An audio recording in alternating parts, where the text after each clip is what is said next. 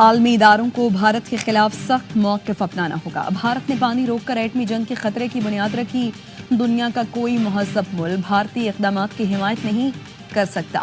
اگلی بار جنگ ہوئی تو ٹرمپ کے پاس مداخلت کر کے رکوانے کا وقت نہیں ہوگا۔ پاکستانی سفارتی وفد کے سربراہ بلاول بھٹو کا مڈل ایسٹ انسٹی ٹیوٹ میں خطاب۔ کہا جنگ کا نتیجہ یہ ہے کہ بھارت کشمیر کو دو طرفہ تنازع مان گیا۔ امریکی صدر نے کشمیر کو عالمی تنازع قرار دیا۔ یہ کہنا غلط ہے کہ مقبوضہ کشمیر میں کوئی بھی واقعہ پاکستان سے ہوتا ہے۔ کشمیری عوام ظلم برداشت کر رہی ہیں تو رد عمل بھی دیں گے۔ بھارت کے ساتھ کشمیر پر بات ہوگی کیونکہ دونوں ممالک میں تنازع یہی ہے۔ بھارت نے پہلگام پر غیر جانبدار انکوائری سے انکار کیا۔ دہشت گردی کے خلاف تعاون کی پیشکش کو مسترد کیا۔ امریکی صدر کی ثالثی کی پیشکش بھی مسترد کی۔ بھارت کا لدم BLA TTP جیسی دہشت گرد تنظیموں کو فنڈنگ کرتا ہے۔ پاکستان نے بھارت کے دہشت گردی میں ملوث ہونے کے کئی ثبوت پیش کیے۔ بھارتی حاضر سروس نیوی افسر کلبھوشن کی گرفتاری واضح ثبوت ہے۔ واشنگٹن میں پاکستانی سفارت خانے کا پارلیمانی وفد کے اعزاز میں استقبالیہ۔ پاکستانی سفارتی مشن کے سربراہ بلاول بھٹو کی خصوصی شرکت۔ پاکستانی کمیونٹی کے اہم اور بااثر اراکین بھی شریک ہوئے۔ بلاول نے امریکہ میں مقیم پاکستانیوں کو سفارتی مہم پر اعتماد میں لیا۔ کہا اوورسیز پاکستانی امن و خوشحالی کے مقصد میں حصہ لیں۔ پاکستان نے کشیدگی میں ذمہ دار فریق کے طور پر کردار ادا کیا۔ عالمی برادری قیام امن کی کوشش میں ہمارا ساتھ دے۔ جنوبی ایشیا میں پائیدار امن کا انحصار جامع مکالمے پر ہے۔ ایسا پرامن جنوبی ایشیا جہاں پاک بھارت تجارت معمول پر آئے۔ But how fantastic would it be all the way from Pakistan, all the way to the ports of Chittagong in Bangladesh, to have an India-Pakistan economic corridor, so that there's prosperity for our people, for their people. Bilawal Bhutto نے جنوبی Asia میں امن کا formula بتا دیا۔ کہا پاکستان اور بھارت کے درمیان رابطے نہ ہونا سب سے بڑا مسئلہ ہے۔ امریکی صدر پاکستان اور بھارت سے ٹریڈ ڈیل کر رہے ہیں۔ پاکستان بھارت آپس میں تجارت کرے تو اس کا فائدہ بھی امریکہ کو ہوگا۔ تجارت سے خطے میں امن کو فروغ ملے گا۔ کتنا اچھا ہوگا کسی پیک کی طرح پاک بھارت اکنامک کوریڈور بھی ہو۔ پاکستانی بندرگاہوں سے چٹاگانگ تک کوریڈور ہو۔ اس طرح کے اقدامات سے دونوں ملکوں کے عوام خوشحال ہوں گے۔ ہمسائے کو احساس ہونا چاہیے بیٹھ کر بات کرنے سے مسائل حل ہوں گے۔ بلاول بھٹو کی کانگریس ویمن سڈنی کاملا گردو سے ملاقات۔ کہا بھارت کی جانب سے خواتین اور بچوں کو نشانہ بنانا افسوسناک ہے۔ بھارتی جنگی جنون روکنے کے لیے امریکی کردار میں مزید وسعت کی ضرورت ہے۔ بلاول بھٹو سینیٹر جم بینک سے بھی ملے۔ دو طرفہ تعلقات، علاقائی امن، پارلیمانی سفارتکاری کو مزید مؤثر بنانے پر بات چیت۔ پاکستانی وفد کی امریکی کانگریس میں پاکستان کاکس کے اراکین سے ملاقات۔ ریپبلکن پارٹی کے جیک برگ مین، ڈیموکریٹ پارٹی کے ٹام سوزی اور دیگر سے ملاقات میں بھارتی آبی جارحیت کا مقدمہ پیش کیا۔ وزیر اعظم شہباز شریف عمرہ ادائیگی کے لیے وفد کے ساتھ مکہ مکرمہ پہنچ گئے۔ نائب وزیر اعظم اسحاق ڈار، فیلڈ مارشل سید عاصم منیر بھی ہمراہ ہیں۔ جدہ پہنچنے پر سعودی حکام نے وزیر اعظم اور وفد کا استقبال کیا۔ وزیر اعظم شہباز شریف ولی عہد محمد بن سلمان سے ملاقات کریں گے۔ پاک بھارت کشیدگی میں کمی کے لیے کردار پر شکریہ ادا کریں گے۔ دو طرفہ تعاون، تجارت، سرمایہ کاری، علاقائی امن اور سلامتی کے امور پر بھی بات ہوگی۔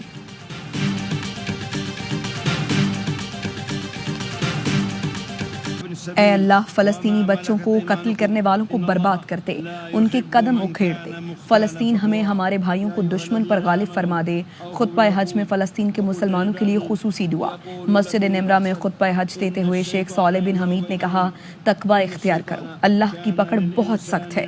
تقوی اختیار کرنا ایمان والوں کی شان ہے۔ عہد کی پاسداری کرو، لوگوں کے ساتھ صلح رحمی سے پیش آؤ، دشمن کو معاف کر دو، اللہ تمہیں دوست بنا لے گا۔ یہ بھی بتایا کہ اللہ کسی تکبر، غرور کرنے والوں کو پسند نہیں کرتا۔ شیطان تمہارے درمیان دوریاں ڈالتا ہے۔ رب کے سوا غیر کو مت پکارو، رب کے سوا کسی غیر کی عبادت نہ کرو۔ عازمین حج میدان عرفات میں جمع ہوئے۔ خطبہ حج کے بعد ظہر اور عصر کی نمازیں اکٹھی ادا کی گئیں۔ سورج ڈھلنے پر حجاج کرام عرفات سے مزدلفہ روانہ ہوئے۔ حاجی آج کی رات کھلے آسمان تلے گزاریں گے۔ شیطان کو مارنے کے لیے کنکریاں جمع کریں گے۔ فجر کے بعد حجاج رمی جمرات کے لیے مینا جائیں گے، جس کے بعد حجاج قربانی کریں گے، سر منڈوائیں گے اور احرام کھول دیں گے۔ بھارت کا پانی کا گھمنڈ بھی خاک میں ملائیں گے، پیٹ کاٹ کر پانی کے ذخائر بنائیں گے۔ وزیر اعظم شہباز شریف کا آبی ذخائر سے متعلق اہم اجلاس سے خطاب۔ کہا آبی جارحیت روکنے کے لیے بھی ہم سب متحد ہیں۔ پانی کے ذخائر نہ بنائے تو اگلی نسلیں معاف نہیں کریں گی۔ بھارت جنگ میں شکست کے بعد پانی بند کرنے کی دھمکیاں دے رہا ہے۔ سنتاس معاہدے کو بطور ہتھیار استعمال کر رہا ہے۔ ہمارا فرض ہے پانی کی ضرورت کے لیے پلان کریں۔